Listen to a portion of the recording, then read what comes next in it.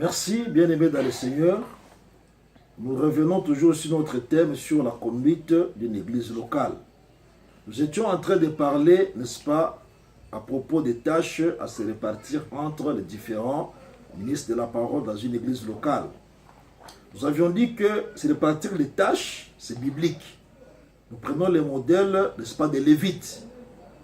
Les Lévites, tous sont Lévites, mais il y avait les tâches des Kéatites, des Mérarites et des Gershonites.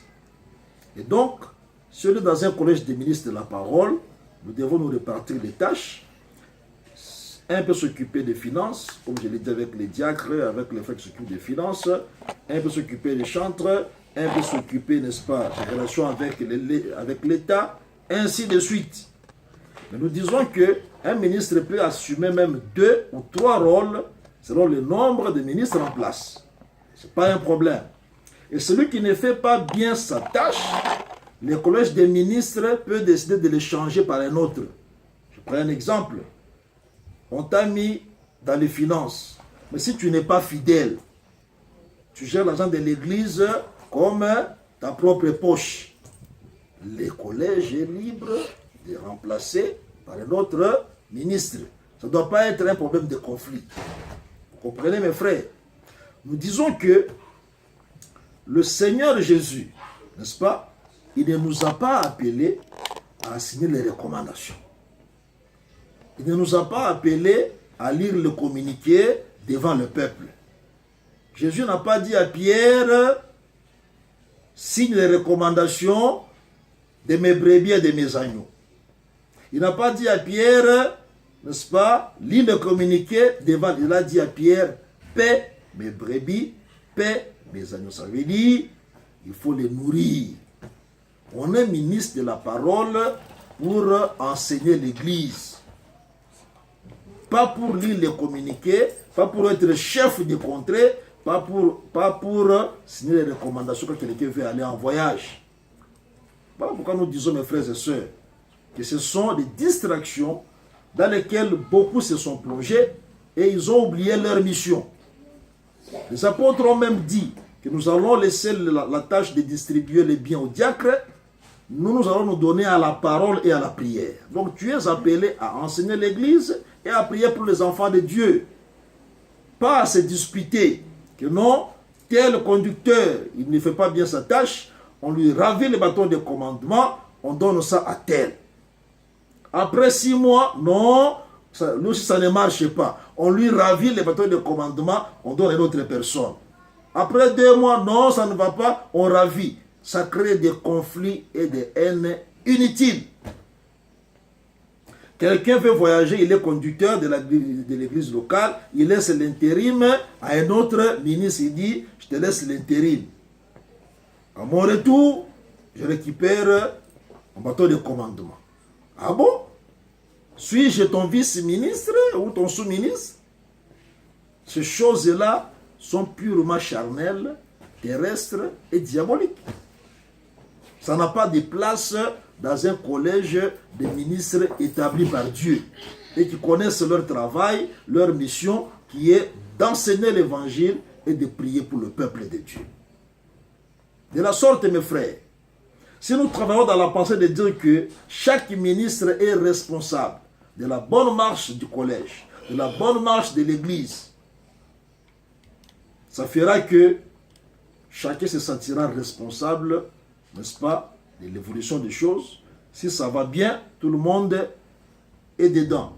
Si ça va mal, tout le monde est dedans. Parce que, on a dit dans 1 Pierre 5, paissez les troupeaux de Dieu sur lesquels le Saint-Esprit vous a établi évêque. Ça veut dire, vous tous, vous êtes établis pour ce peuple. Donc, tout le monde doit être concerné pour la bonne marche des choses. Ainsi donc, mes frères, avant de finir, je vais souligner un petit point. Si tu es affecté à une tâche, tu ne peux pas décider seul par rapport à cette tâche-là. Si tu es dans les finances, tu ne peux pas décider de donner l'argent à qui tu veux, de gérer l'argent de l'église comme ta propre poche. Non. Si tu es affecté chez les chantres, tu ne peux pas, parce qu'il y a un problème chez les chantres, pardon, chez les chantres, tu décides toi-même. Non. Il faut toujours décider tout ensemble. Et ça va faciliter que le collège va marcher dans la paix. Chacun va se donner à la parole et à la prière et non plus aux futilités qui prennent des temps de réunion pour que, et des jours même, et même des jours que les gens passent pour se disputer seulement qu'on doit enlever tel conducteur et mettre un autre. Alors que tout le monde est déjà conducteur seulement par le fait qu'il est ministre de la parole de Dieu.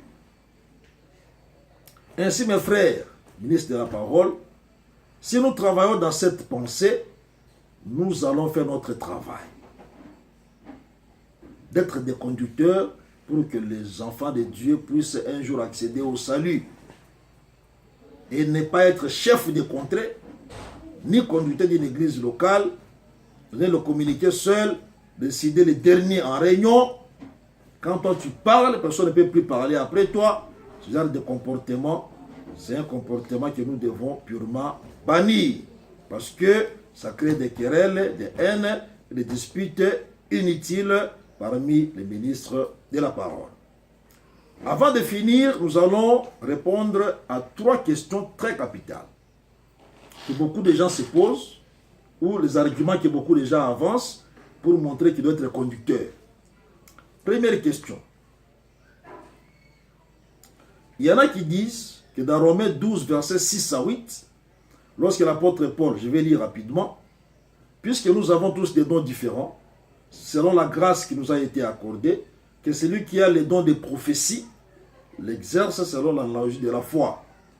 Que celui qui a le don qui est appelé au ministère s'attache à son ministère. Que celui qui enseigne s'attache à son enseignement. Que celui qui exhorte à l'exhortation. Que celui qui donne le fasse avec libéralité.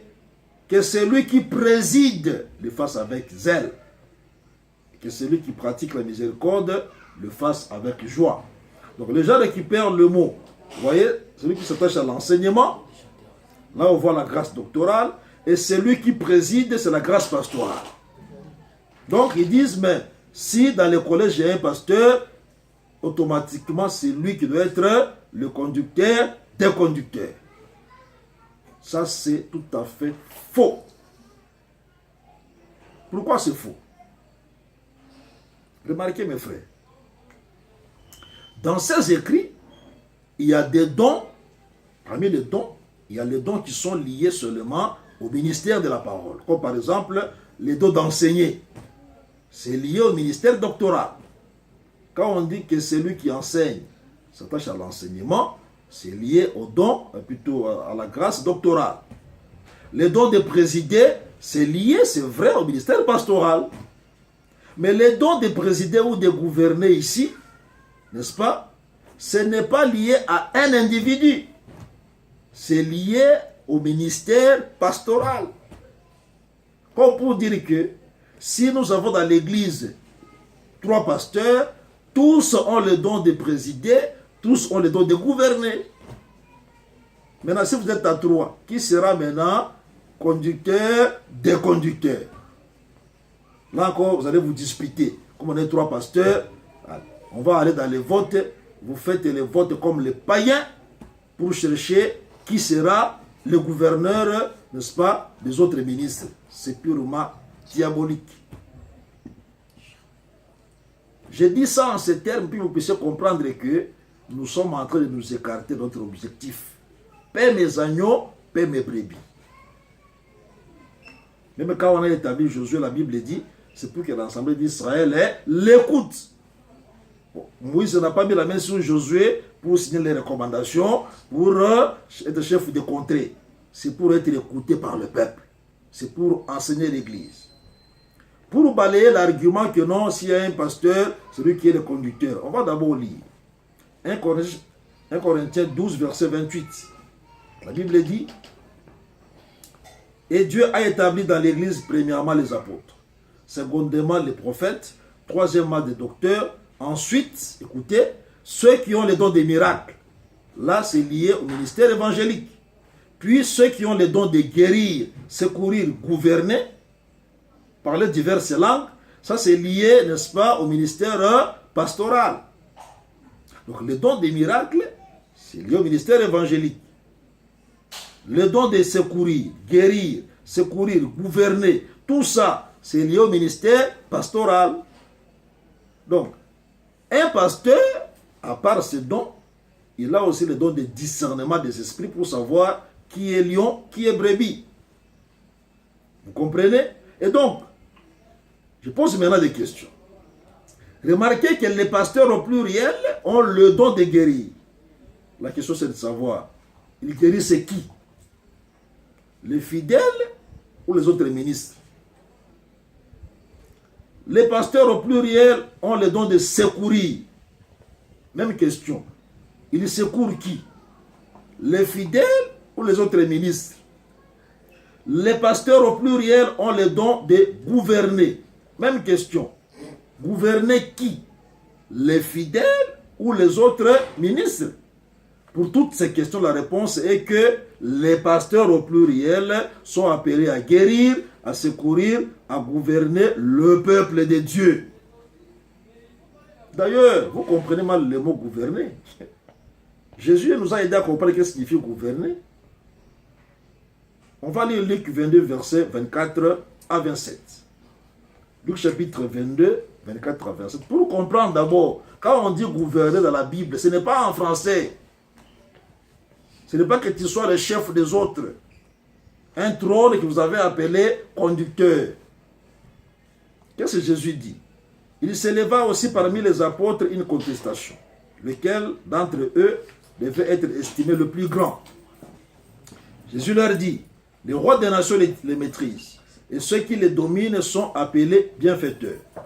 Il n'en soit pas de même pour vous, mais que le plus grand parmi vous soit comme le plus petit, et que celui qui gouverne comme celui qui sert. Car quel est le plus grand? Celui qui est à table ou celui qui sert? N'est-ce pas celui qui est à table? Et moi cependant, je suis au milieu de vous comme celui qui sert. Donc, gouverner, ça veut dire servir, selon Jésus-Christ. Vous comprenez maintenant que le pasteur, il est appelé à servir les enfants de Dieu. Même si nous sommes 10 pasteurs de l'église locale, tout le monde va servir les enfants de Dieu. Vous comprenez? Que vous prenez gouverner en français. C'est pourquoi vous voulez être chef des autres ministres. Donc, si un pasteur prend ça comme argument pour dire c'est lié au ministère pastoral, c'est moi le conducteur, dites-lui que ton argument n'est pas biblique. Parce que gouverner signifie servir. Donc, tu vas servir les enfants de Dieu, tu vas gouverner les enfants de Dieu, tu vas secourir les enfants de Dieu, parce que tu es appelé à conduire le troupeau. Ainsi, tout pasteur est au service des enfants de Dieu, partout où il se retrouve. Le don de gouverner ici, même si tu voyages, tu quittes ton église locale, partout où tu voyageras, ce don-là travaillera. Mais si tu es conducteur de l'église locale, tu ne peux pas être conducteur partout où tu passes. Donc, si tu quittes ta ville locale, tu vas dans une autre ville, n'est-ce pas? Le don disparaît. Le don ne travaille plus. Quand tu rentreras, le don revient. Tu comprends que ton raisonnement n'est fondé sur aucune écriture, sauf sur le souci d'être le chef des autres. Vous comprenez ça? Que le don travaille partout. Si nous sommes à 10, à 9, à 3 pasteurs, 2 pasteurs dans l'église locale, ça travaille partout où je serai. Je voyage, je continue à gouverner, à secourir, à présider. Parce que gouverner signifie servir, tout simplement. Vous voyez que vous vous battez pour rien, pour prendre les bateaux de commandement. Des mots que les gens se sont même créés autour de cette affaire-là. C'est le conductorat. Tout ça parce qu'ils voient le gouvernorat, ils se disent, bon, comme il y a dans le monde de gouvernorat, ils aussi ont créé le conductorat. Vous comprenez? Des mots qui n'ont même pas de place, même dans la grammaire française, n'est-ce pas? Tout ça par-dessus d'être le chef des autres. Bâton de commandement. Laissez ces distractions. Faites le travail pour lequel Jésus vous a appelé. C'est pourquoi, mes frères et sœurs, deuxième question. que les gens abordent toujours pour s'appuyer sur le fait d'être conducteur unique. Et les gens qui disent dans Luc 22, versets 24 à 27, ils disent, bon, Jésus, les apôtres ont demandé quel est le plus grand parmi les ministres. Jésus a répondu, c'est le plus petit et celui qui sert les autres. Donc on va regarder parmi nous, celui qui a la grâce d'être le plus petit et la grâce de servir les autres, on les met conducteurs. Ah, ça c'est tout à fait faux. Je pose une question. Le plus grand, selon Jésus, c'est celui qui est comme le plus petit. Qui est comme le plus petit parmi les ministres? La réponse c'est quiconque ou si quelqu'un. C'est tout le monde. Maintenant, d'abord un ministre de la parole. Tu ne peux pas être ministre si tu n'es pas comme le plus petit. Le plus petit, celui qui était au milieu de Jésus dit, il a mis un enfant au milieu d'eux. Cet enfant-là, c'est lui-même. Il faut être comme Jésus pour conduire son église. Ton ministre, il est le plus petit. Tu ne peux pas venir être grand et conduire l'église. Ça n'existe pas. Le plus petit, c'est la conversion. Le plus petit, c'est l'humilité devant la parole.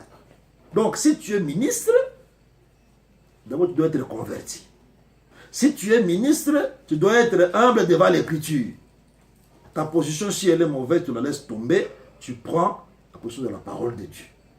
Il ne faut pas dire que non, on va regarder, souvent celui qui s'humilie parmi nous, on les met conducteurs. Ça, c'est un raisonnement charnel, terrestre et purement diabolique.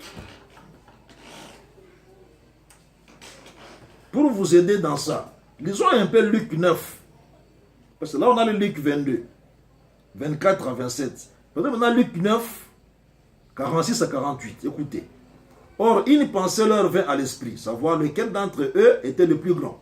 Jésus, voyant la pensée de leur cœur, prit un petit enfant, le plaça près de lui et leur dit, quiconque reçoit en mon... Quiconque, ça veut dire tout le monde, reçoit en mon nom ce petit enfant, mais reçoit moi-même.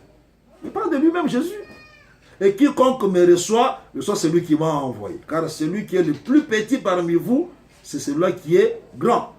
Pour Luc, le plus grand, c'est quiconque. Ce qui signifie n'importe quel ministre. Que ce soit aîné ou cadet, père ou fils, tout le monde peut être considéré comme le plus grand s'il est comme le plus petit. Oh, comment tu peux devenir ministre avec l'orgueil? Ministre inconverti. Ministre qui n'est pas humble devant l'écriture. Ministre qui croit que l'église c'est la chefferie. Là où sa pensée est suprême. Quand lui il a parlé, personne ne peut parler après lui. Il dirige la réunion des ministres comme s'il était, n'est-ce pas, en train de diriger sa propre, n'est-ce pas, entreprise. Là il dit, toi, tais-toi. Toi tu peux parler là où moi je parle. Ah bon? Ce genre de comportement, bien-aimés ministres, nous devons bannir ça de nos assemblées. Vous avez une personne qui s'est mis conducteur de conducteur, dites-lui avec tout amour et toute humilité, bien-aimé, à partir d'aujourd'hui, nous t'enlevons. Au nom de Jésus-Christ, de ce trône que tu t'es mis, qui n'a pas de place dans la Bible, nous prenons Jésus. On le remet comme notre conducteur à tous. Donc, j'ai fini pour dire ceci. Je vais aborder la troisième question que beaucoup de gens prennent pour essayer, n'est-ce pas, d'asseoir leur position. Dans Luc 22, verset 24 à 32, je reviens. Pour certains, c'est ce qui leur permet de dire que Pierre avait été désigné par Jésus pour être le conducteur d'autres apôtres. C'est pourquoi, le jour de la Pentecôte, ils disent que c'est Pierre d'abord qui s'est mis debout, et puis les 11. Vous voyez? Donc Pierre, c'est le conducteur. Les autres sont, c'est vice-ministre. Purement charnel. Purement charnel. Pourquoi? Parce que si vous lisez Luc 22, verset 32, la Bible dit, Satan t'a réclamé Pierre. pour t'écribler comme le froment. Verset 32 dit, j'ai prié pour toi, afin que ta foi ne défaille point. Et toi, quand tu seras converti, affermis tes frères. Est-ce que Pierre a mis Jésus ici, que c'est lui le conducteur, d'autres conducteurs? Il dit, quand tu seras converti, affermis, parce que sans Saint-Esprit, on n'est pas converti. Maintenant, cela veut dire que celui qui veut conduire les autres, affermir les autres, enseigner les autres, il doit être un converti. On ne peut pas être ministre païen.